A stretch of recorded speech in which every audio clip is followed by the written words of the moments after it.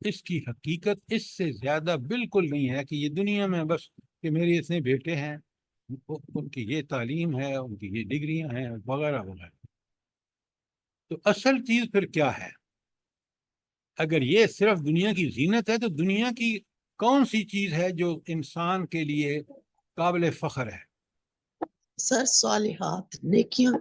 والباقیات کیا الصالحات، دیکھیں قرآن نے آگے بالکل ڈاکٹر صاحب آپ نے ٹھیک کہا، والباقیات الصالحات، باقی رہنے والی کیا ہیں؟ نیکیاں ہیں جو آپ نے اللہ کی رضا کے لیے کی ہیں، وہ جو تقوی آپ نے اختیار کیا ہے، برائیوں کو چھوڑا ہے، نیکیوں کو اپنایا ہے، یہ ہے وہ چیز جو باقی رہے گی، جو قیامت کے دن اللہ آپ کے اکاؤنٹ میں ہوگی تو آپ کو جنت مل جائے۔ والباقیات الصالحات، اور باقی رہنے والی نیکیاں ہیں، خیر عند ربک، وہ تیرے رب کے پاس بہتر بھی ہیں، ثوابن دو طریقوں سے، ایک کس پہلو سے؟ بدلے کے پہلو سے، بدلہ کس پہ ملے گا؟ نیکیوں پر، وہ خیر عملا، اور اللہ تعالیٰ سے امیدیں رکھنے میں بھی، اگر آپ نے اللہ کے رضا کے لیے دنیا میں نیکیاں کی ہیں تو آپ کو اچھی امیدیں اللہ تعالیٰ سے ضرور رکھنی چاہیے۔ تو دو ہی تو چیزیں وہاں کام آئیں گی، ایک اللہ کا دیا ہوا اجر، اور ایک انسان اس اللہ سے کیا امیدیں رکھتا ہے۔ یہ میں نے آپ کے سامنے چھوٹی سی ایک آیت پڑھی ہے سورہ کاف کی۔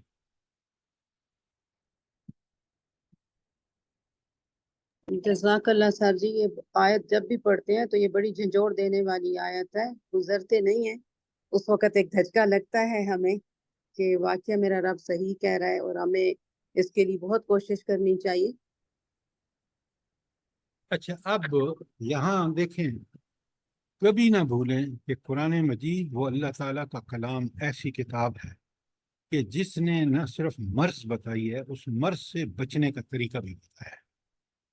اب اس سے بچنے کا طریقہ کیا ہے؟ مال اور اولاد سے۔ ایک تو میں نے آیت پڑھی ہے آپ کو، اس میں دیا ہوا ہے، بھلا آپ بتائیں مجھے، اگر آپ سمجھے ہیں تو بچنے کا طریقہ کیا ہے اس مال اور اولاد کی حد سے بڑی ہوئی محبت سے بچنے کا کیا طریقہ ہے؟ انفاق فی سبیل اللہ سر. ان تتقوا اللہ، ان تتقوا اللہ یجعل لکم فرقانا، پھر تمہیں کسوٹی اللہ تعالیٰ دے دے گا، اور یکفر عنکم سیئاتکم، تم سے تمہاری برائیاں دور کر دے گا اگر تقوی کی روش پہ چلو گے، ویغفر لکم ذنوبکم۔ تو انفال کی 29 پہلی آیت ہے جو ہمیں بتاتی ہے کہ تمہیں ان فتنوں سے کس طرح بچنا ہے۔ سورہ انفال آیت 29 ایک بڑی پیاری آیت ہے۔ ہم ثواب کے لیے پڑھتے ہیں نا، تو ہم اس چیز سے محروم رہ جاتے ہیں جو قرآن کی اس آیت کے اندر خزانہ ہے۔ لیکن سورہ آراف کی آیت 29،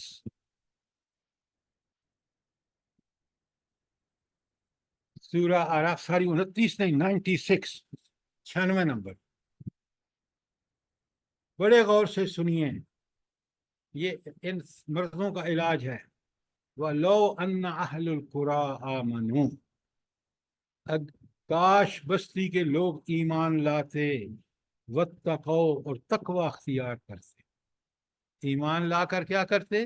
تقوی۔ لَفَتَحْنَا عَلَيْهِمْ بَرَكَاتًا مِّنَ السَّمَاءِ وَالْأَرْضِ، ہم زمین و آسمان سے ان کے لیے دروازے کھول دیتے۔ یعنی اگر پاکستان کے لوگ ایمان لا کر اللہ تعالیٰ کے قرآن کے مطابق زندگی گزارتے، وہی تقوی ہے، تو اللہ تعالیٰ کہتے ہیں میں زمین و آسمان کی برکتیں، آج ہم IMF کے غلام، آپ کا 47 فارم کی پیدائش حکومت کہتی ہے ہم نے بجٹ IMF کے ساتھ مل کر بنایا ہے۔ اللہ اکبر، اللہ اکبر، کتنا قرآن و سنت سے ہٹی ہوئی وہ چیز ہوگی جو آپ سودی نظام کے کارندوں کے ساتھ بیٹھ کے اپنی معیشت کو ٹھیک نہیں کریں گے، تباہ و برباد کریں گے۔ تو اللہ تعالیٰ کہتے ہیں وَلَوْ أَنَّ أَهْلَ الْقُرَىٰ آمَنُوا وَاتَّقَوْا لَفَتَحْنَا عَلَيْهِمْ بَرَكَاتٍ مِّنَ السَّمَاءِ وَالْأَرْضِ وَلَٰكِن كَذَّبُوا، لیکن انہوں نے کیا کیا؟ یہ تو نہیں کیا جو پیچھے بتایا ہے، انہوں نے اس کو جھٹلایا۔ فَأَخَذَهُمْ وَلَٰكِن كَذَّبُوا فَأَخَذْنَاهُمْ بِمَا كَانُوا يَكْسِبُونَ، پھر ہم نے ان کو پکڑا ان کرتوتوں کی وجہ سے جو وہ کرتے تھے۔ آپ لوگوں کی عمر کم ہوگی، میں نے آپ کو بتایا ہے کہ میں نے وہ زمانہ دیکھا ہے جب 1 روپیہ لے کے ہم جاتے تھے تو کتنی ساری چیزیں لے کے آتے تھے۔ 1 روپیہ فقیر نہیں لیتا آج، 1 روپے روٹی 30 روپے کی ہے کم از کم۔ اب بتائیں مجھے، اللہ کے دین کو چھوڑیں گے، تقوی کی روش سے ہٹیں گے اور جھٹلائیں گے اللہ کی کتاب کو، اللہ کے احکامات کو، یہ ہے وہ حال جو اللہ تعالیٰ کرتا ہے۔ یہ اللہ تعالیٰ کی طرف سے مقدر ہے ہمارا اگر ہم ایسے کرتوت کریں۔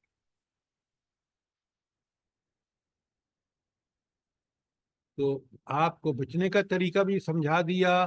اللہ تعالیٰ مجھے اور آپ کو تقوی کی روش اختیار کرنے کی توفیق عطا فرمائے، جس کی وجہ کامیابی دنیا اور آخرت دونوں۔ سر ایک آیت ذہن میں آ رہی تھی ومن اعرض عن ذکری وان له معیشۃ ضنکا، وہ حساب ہے ہمارا۔ اللہ اکبر، ڈاکٹر صاحبہ سورہ طٰہٰ۔ کیا بات کہی ہے۔ ومن اعرض عن ذکری، جس کسی نے ہمارے اس ذکر سے منہ موڑا۔ ذکر سے مراد یہاں کیا ہے بلا؟ اللہ کی یاد۔ کتاب، قرآن مجید۔ ڈاکٹر صاحبہ کیا پڑھا ہے آپ نے؟ یہاں ذکر سے مراد قرآن مجید ہے۔ ومن اعرض عن ذکری، جس نے ہمارے قرآن سے منہ موڑا، فإن له معیشۃ ضنکا، ہم اس کی زندگی کو تنگ کر دیں گے۔ تاریخ اٹھا کے دیکھ لیں، آج اپنی حالت دیکھ لیں۔ کیوں نہیں آپ قرآن پہ غور کرتے؟ ذکر کا مطلب قرآن مجید ہے یہاں۔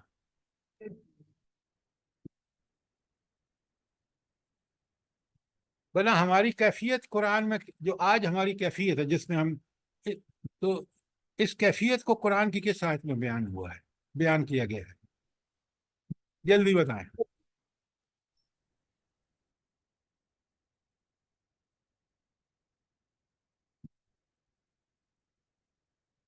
حافظ بشیر صاحب سنیں غور سے، قرآن کو پڑھیں، سمجھیں اور یہ نکات نوٹ کیا کریں، یاد رکھ لیا کریں۔ سر جی بذکر الحاکم اللہ التکاثر، تطمئن القلوب۔ آپ سنیں الحاکم التکاثر، تمہیں کثرت طلب نے غافل کر دیا۔ کوئی مال کے پیچھے، کوئی اولاد کے پیچھے، کوئی کھیلوں میں نام پیدا کرنے کے لیے، کوئی آرٹس میں، کوئی گانوں میں، کوئی فحاشی میں، کوئی اریانی میں، اس کے پیچھے تکاثر میں لگا ہوا۔ اور اسی چیز الحاکم، تمہیں غافل کر دیا تکاثر، کثرت طلب نے۔ اور یہ کیفیت کب تک جاری رہتی ہے؟ حتی زرتم المقابر، یہاں تک کہ تم لب گور پہنچ جاتے۔ ساری زندگی یہ کرتے کرتے کرتے کرتے آخر جب قبر سامنے آتی ہے تو پھر پتہ چلتا ہے اوہو، یہ دنیا میں تو ہم نے ستیہ ناش کر دیا، یہ تو ہماری آزمائش تھی، اس آزمائش میں ہم ناکام ترین ہو کے آج پہنچے۔ قرآن کو سمجھ کے پڑھیں، قرآن کو اپنی زندگی کی اصلاح کا ذریعہ بنائیں، یہ رب نے نازل کیا ہے، یہی حقیقت ہے، اور اس کے خلاف چلیں گے تو ذلت اور پستی سے کوئی چیز ہمیں بچا نہیں سکتی۔ یہ تھی آیت نمبر 9۔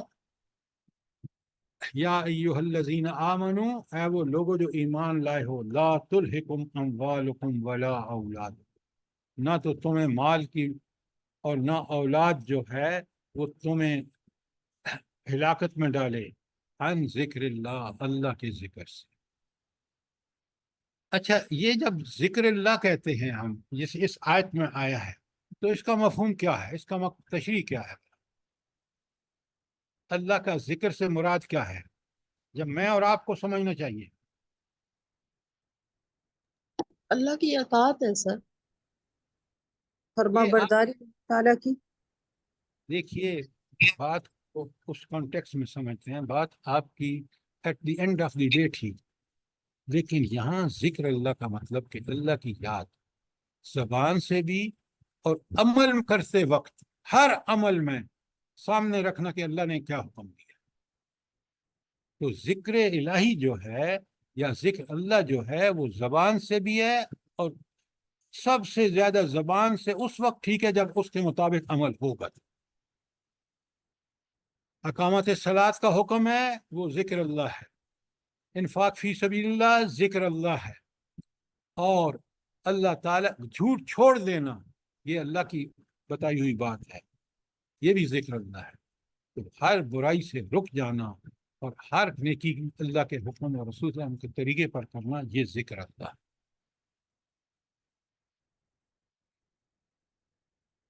اور آخر میں جو فرمایا وَمَن يَفْعَلْ ذَلِكَ، جو تم میں سے یہ کرے گا کہ مال اور اولاد کی محبت میں اللہ کے ذکر سے غافل ہو جائے گا، فَأُولَٰئِكَ هُمُ الْكَافِرُونَ، یہی وہ سارے لوگ ہیں جو تباہ و برباد ہوں گے. اچھا، جب انسان اللہ تعالیٰ کی یاد سے غافل ہو جاتا ہے اور وہ مگن ہو جاتا ہے ان برائیوں میں، تو پھر اللہ تعالیٰ کی سنت کیا ہے؟ پھر جہنم میں جائیں گے فَأُولَٰئِكَ هُمُ الْخَاسِرُونَ. سر اللہ تعالیٰ ڈھیل دیتے ہیں اس کو، بندے کو، یا تو ٹھیک ہو جائے یا پھر سب بڑھتا اس جائے. کے دل کو نہیں بنا دیتا ہے نا اللہ تعالیٰ. جب اس نے اللہ تعالیٰ کو بلا دیا تو اللہ نے بھی اس کو بلا دیا. غافل ہونے کا مطلب یہ ہے نا. بالکل ٹھیک کہا آپ نے، بالکل آپ نے ٹھیک کہا. سر وہ سورہ الحشر کی آیت 19 ہے نا کہ وَلَا تَكُونُوا كَالَّذِينَ نَسُوا اللَّهَ فَأَنسَاهُمْ انساہم أُولَٰئِكَ هُمُ انفسہم، وہ الْفَاسِقُونَ. اپنے آپ کو بھول گئے کہ ہم بندے کس کے ہیں، وہ شیطان کے بندے بن گئے. اس کے لیے سب سے زیادہ سورہ احزاب کی آیت 34 ہے، یہ 36 ہے. اور اللہ تعالیٰ سنیں، سورہ مجادلہ آپ پڑھ کے آئے ہیں، اللہ تعالیٰ فرماتے ہیں جب اللہ کی ذکر کو بھول جاتے ہیں نا تو اللہ تعالیٰ کیا کرتے ہیں، استحوذ علیہم الشیطان، تو پھر شیطان ان پر قابو پا لیتا ہے. فَأَنسَاهُمْ ذِكْرَ اللَّهِ، وہ اللہ کو بھول جاتے ہیں، اللہ کی یاد کو بھول جاتے ہیں. اور پھر اللہ کہتے ہیں اولئک حزب الشیطان، وہ شیطان کا گروہ، وہ اس کے لشکر کا حصہ بن جاتے ہیں. الا خبردار، ان حزب الشیطان هم الخاسرون، یہ شیطان کا گروہ ہی جو ہے، یہ شیطان کی جو پارٹی ہے، یہی خسارے میں مبتلا ہوگی، یہی تباہ و برباد ہوگی. کوئی سوال سر یہ آج؟ سر یہ جی ریفرنس پلیز دوبارہ سے بتا دیں، اس کون سی صورت کی آیت تھی؟ جزاک اللہ. سورہ مجادلہ آیت 19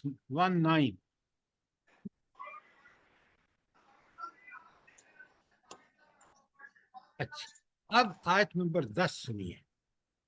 دیکھیں ہمیشہ سر جی یاد، ایک میرا سوال ہے اس کے بارے میں. جی فرمائیں. جتنی آپ نے آیات سر جی بڑی، آپ نے جو آیت بتائی 165 سورہ البقرہ کی، سر جی اس کے جو پہلا حصہ ہے اس میں جو فرمایا گیا اعوذ باللہ من الشیطان الرجیم وَمِنَ النَّاسِ مَن يَتَّخِذُ مِن دُونِ اللَّهِ أَندَادًا يُحِبُّونَهُمْ كَحُبِّ اللَّهِ. سر جی یہ انداد میں مال اولاد یہ سب اسی میں آئے گا، انداد میں ہی آئے گا، اللہ کا شریک ٹھہرا رہے ہیں. دیکھیں ڈاکٹر، آپ نے جو بات پڑھی ہے نا بڑی کمال کی ہے. اللہ تعالیٰ پہلے ہمیں بتاتا ہے، کبھی آپ نے اور آپ نے یقیناً دیکھا ہو، یہ جو پیری مریدی کے چکر میں رہتے ہیں وہ پیر صاحب سے اتنی محبت کرتے ہیں جیسی اللہ سے محبت کرنی چاہیے. نہ پیر صاحب خالق ہیں، نہ مالک ہیں، نہ رازق ہیں، نہ حاکم ہیں، وہ مخلوق ہیں ہماری طرح. ان سے محبت وہ جائز ہے جو اللہ سے محبت ہے. اللہ کے کتنے انعامات ہیں، اور اللہ سے محبت کیسی ہونی چاہیے، یہ اگلا ٹکڑا ہے. اور وہ کیا ہے، والذین آمنوا اشد حبا للہ، سب سے زیادہ محبت اللہ سے کرتے ہیں.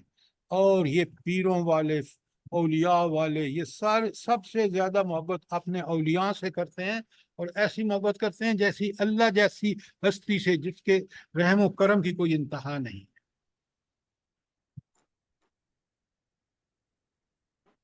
وہ ان سے اس سے بھی زیادہ محبت کرتے ہیں جتنی اللہ سے محبت کرنی چاہیے۔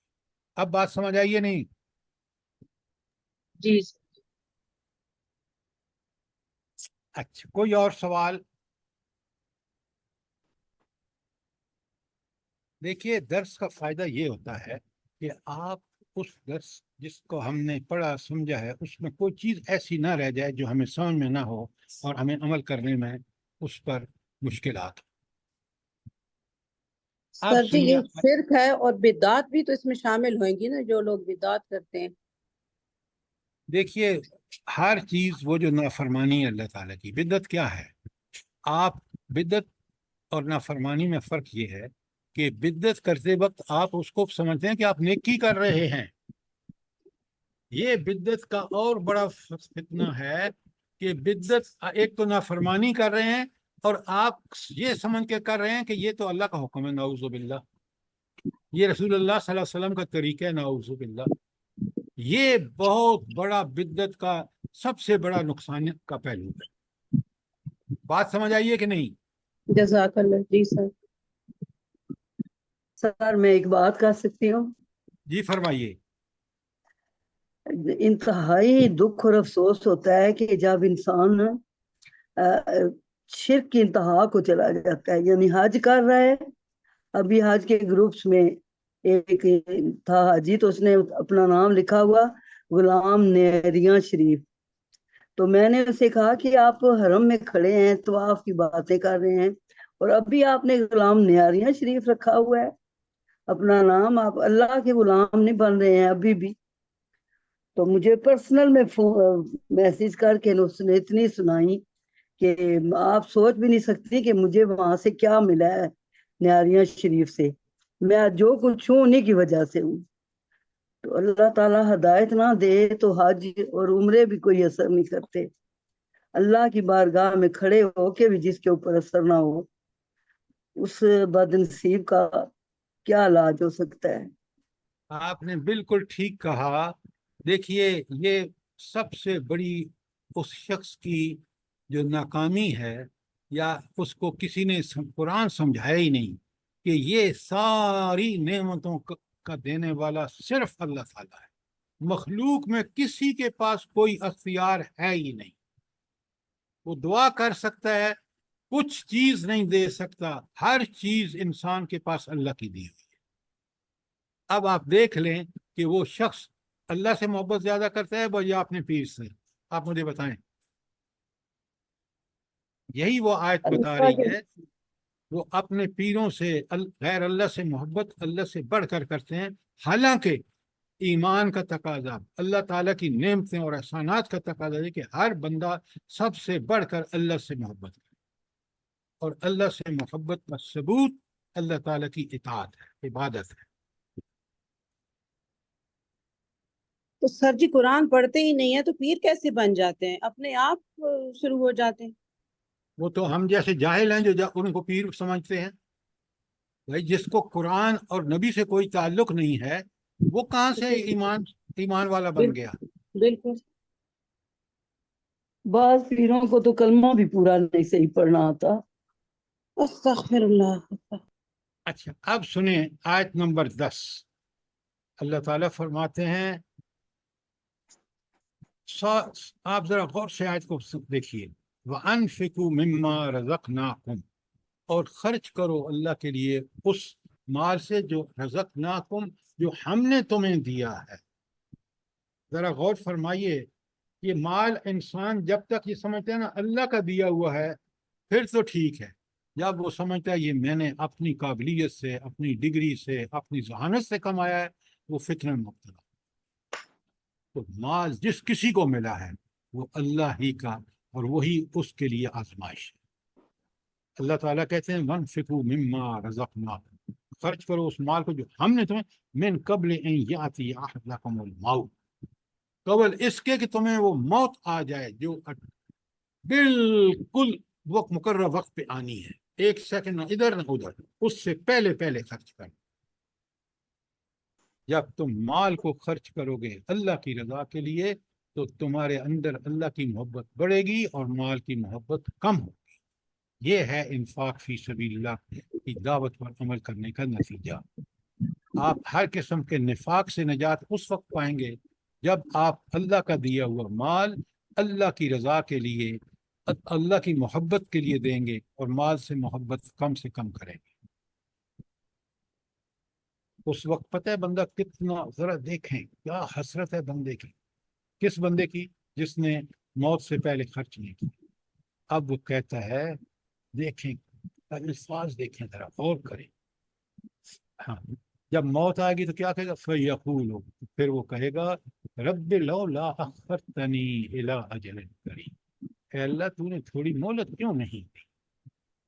فَأَصَدَّقَ، پیرا جوس اٹھ کے میں ضرور خرچ کرتا، صدقہ دیتا، وَأَكُن مِّنَ الصَّالِحِينَ، اور میں صالحین میں سے ہو جاتا۔ اب ہر مال جو اللہ کے راستے میں آپ دیتے ہیں وہ صدقہ ہے۔ زکوٰۃ بھی صدقہ ہے، کیونکہ زکوٰۃ واجب صدقات میں سے ہے، اور غیر واجب صدقات جو بھی آپ اللہ کے راستے میں دیتے ہیں۔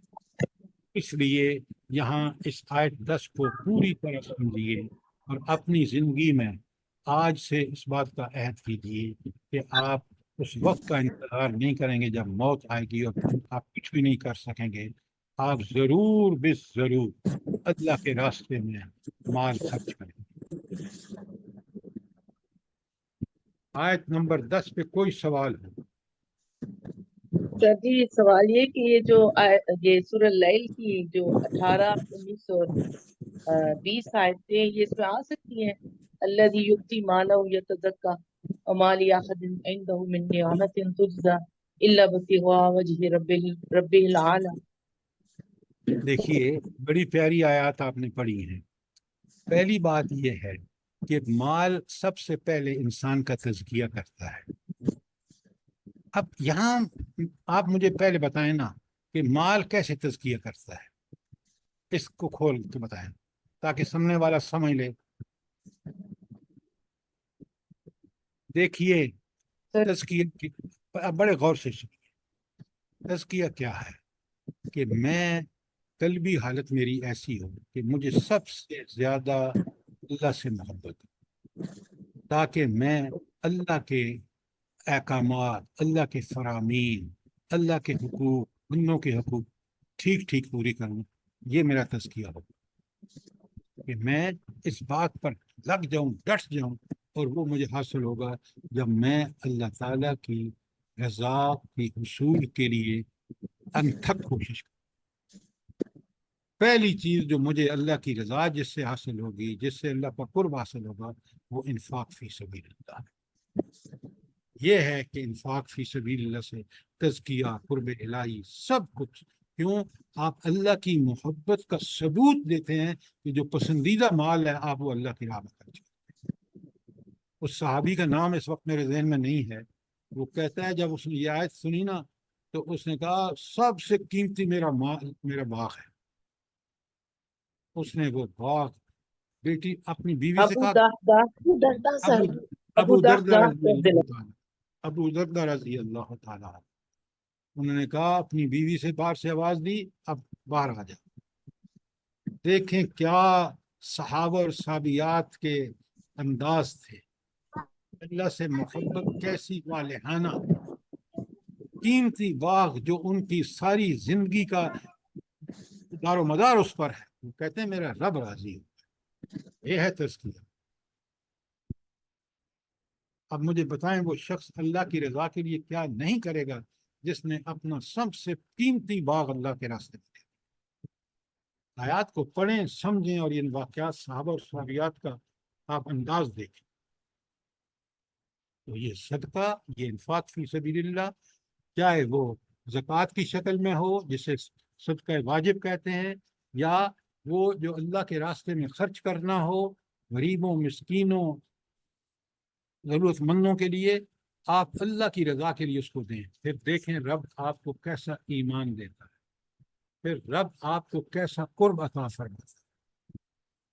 تو آیت نمبر 10 کو بار بار پڑھیے، سمجھیے، اور آخری آیت اللہ تعالیٰ فرماتے ہیں وَلَن يُؤَخِّرَ اللَّهُ نَفْسًا إِذَا جَاءَ أَجَلُهَا، یہ جو موت کا وقت ہے نا، یہ جو مہلت ہے عمل، جب یہ پوری ہو جاتی ہے اس میں ذرا برابر تاخیر نہیں ہو سکتی. یہ آئے گی اس وقت جب آنی ہے، اس سے پہلے پہلے کر لیں. واللہ خبیر بما تعملون. اور ایک بات کتنی پتے کی بات ہے، اللہ کی وہ صفت لائی گئی ہے کہ دیکھو جو بھی تم عمل کر رہے ہو، جس نیت سے کر رہے ہو، وہ اللہ کو سب پتہ ہے. وہ تمہارے ریکارڈ کے لیے لکھوا رہا ہے، فرشتے دو تمہارے ساتھ لگے. وہ قیامت کے دن تمہارے سامنے اعمال نامہ رکھتے. تم انکار کرو گے تو خود تمہارے ہاتھ پاؤں جن سے تم نے اس عمل کو کیا ہے وہ خود گواہی دیں گے تمہارے خلاف. ہے انسان کے بچنے کی کوئی صورت بتائیں مجھے. اللہ تعالیٰ نے سمجھانے کی انتہا کر دی ہے. میرا اور آپ کا کام یہ ہے کہ ان چیزوں کو سمجھ کر انہی اللہ کے اس احکامات کی پابندی کریں، پھر دیکھیں کہ اللہ ہماری انفرادی اور جب اجتماعی طور پر حقوق کو پورا کریں گے، اللہ تعالیٰ کے احکامات پر چلیں گے، تو یہ پورا ملک جو ہے وہ جس طرح آج جہنم زار بنا ہوا ہے اسی طرح مثل جنت بن سکتا ہے. بشرطے کہ یہ کام ہو. سر جی جیسے بندہ روزے کی حالت میں ہوتا ہے تو کوئی بھی اسے اگر نہیں دیکھ رہا تو بندہ تنہا ہوتا ہے، تو یہ آیت کتنی فٹ آتی ہے کہ واللہ خبیر بما تعملون، کہ اللہ دیکھ رہا ہوتا ہے، تو ہم مجال کیا ہے کہ ہم کوئی چیز اپنی زبان کے قریب لائیں. روزہ ہے. میڈم آپ نے بالکل ٹھیک کہا. یہ جو واللہ خبیر بما تعملون ہے نا، یہ مومنین کے لیے بشارت اور کافروں کے لیے انذار ہے. کہ کافروں کو کہہ رہا اللہ خوب واقف ہے جو تم کرتوت کر لے، اور مومنوں کو اللہ بشارت دے رہا ہے کہ مجھے بالکل پتہ ہے کہ میری رضا کے لیے آپ کس قدر محنت کر رہے ہیں. یہ سارے پہلو ہم ان کو سمجھیں، پھر دیکھیں کہ قرآن کس طرح ہمارے لیے باعث رحمت ہے کہ ہم اللہ کی اطاعت اور فرمانبرداری کتنی ہمارے لیے آسان ہو جاتی ہے بے جب ہم شک سبحان اللہ سبحان جب اللہ. اس رب کی معرفت ہمیں حاصل ہوتی ہے. یہ تھی سورہ منافقون، اور آپ اس کو اچھی طرح سمجھیں. کوئی بھی سوال بعد میں بھی ہو تو آپ ضرور کریں. میٹیریل پورا آپ کے پاس ہے. مکی صورتوں میں کہاں کہاں منافقین کا ذکر ہے، کس پیرائے میں آیا ہے، 10 پیجز کا ہینڈل آپ کے پاس موجود ہے. اور آپ کے پاس بالکل کہ منافق کیا ہے اور گناہگار مسلمان کیا ہے، ساری تفصیلات آپ کے پاس ہے. خود بھی پڑھیے، اپنے دوست احباب اور جن لوگوں کو دروس میں آپ دیتے ہیں ان کو بھی بتائیے. کوئی سوال، کوئی چیز کلیئر نہ ہوئی ہو، کوئی کامنٹس ضرور بتائیے. بہت شکریہ سر جی، بہت شکریہ. بہت دماغ کھلا اس صورت کو اب پڑھ کے. الحمدللہ. اللہ